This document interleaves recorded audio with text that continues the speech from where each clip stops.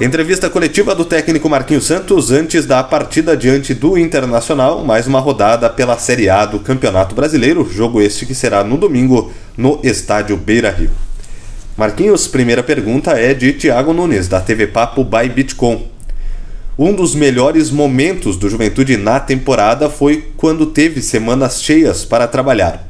Como você observa esse ponto, já que serão 4 semanas cheias pela frente? Thiago, muito bem colocado, porque o momento em que nós crescemos, né, na temporada, tanto no Campeonato Gaúcho como no Campeonato Brasileiro, depois do início com jogos um atrás do outro, foram os momentos em que tivemos as semanas cheias, em que nós pudemos aí colocar o conceito e recuperar os atletas, né, o conceito de jogo e recuperar os atletas.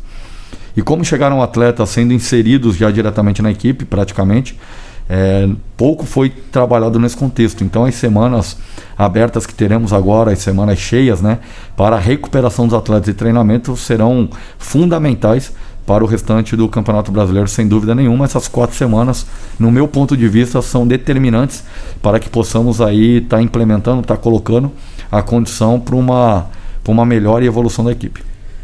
Pergunta de Bruno Muck, da Rádio Caxias. O Juventude teve um período para recuperar os jogadores e qualificar sua ideia de jogo. Você chegou a dar indicativo de um 4-4-2 com losango no treinamento de terça-feira. É uma possibilidade para encarar o Inter ou foi um teste feito pensando em variações dentro do jogo?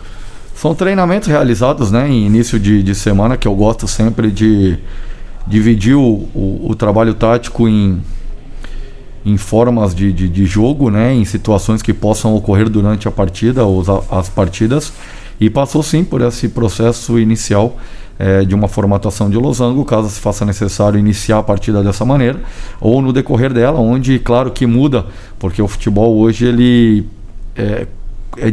num outro sentido tático, né, onde as linhas elas são muito determinadas para tirar a profundidade do adversário, para fazer com que seja um time mais compacto. Mas é uma postura que me agrada, onde as características dos jogadores que temos, tu precisa ajustar o movimento, né, a mecânica dos médios, dos volantes, para fazer a função de cobertura pelas extremas.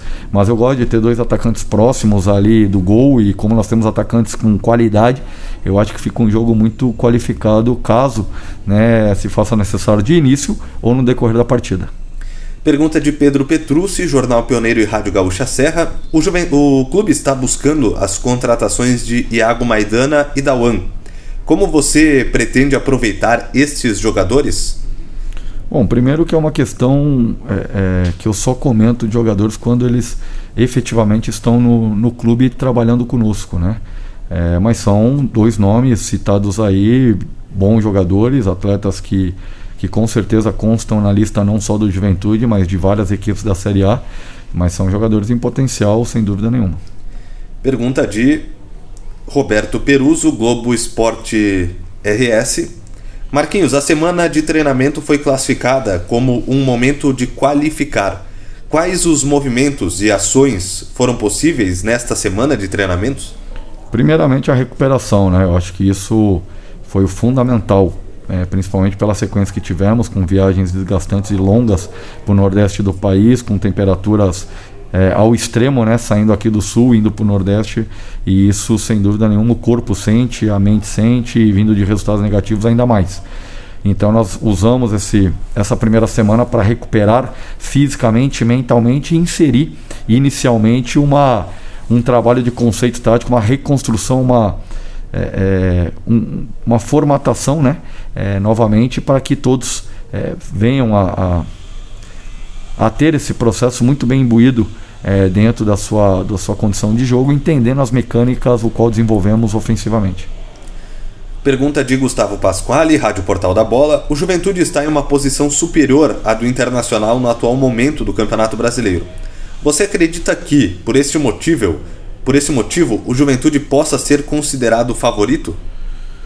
Não, eu creio que é um confronto equilibrado, né? Onde o Internacional, por jogar em casa, por ser no Beira-Rio, torna-se o favorito em relação à sua casa, né? Em relação ao seu campo.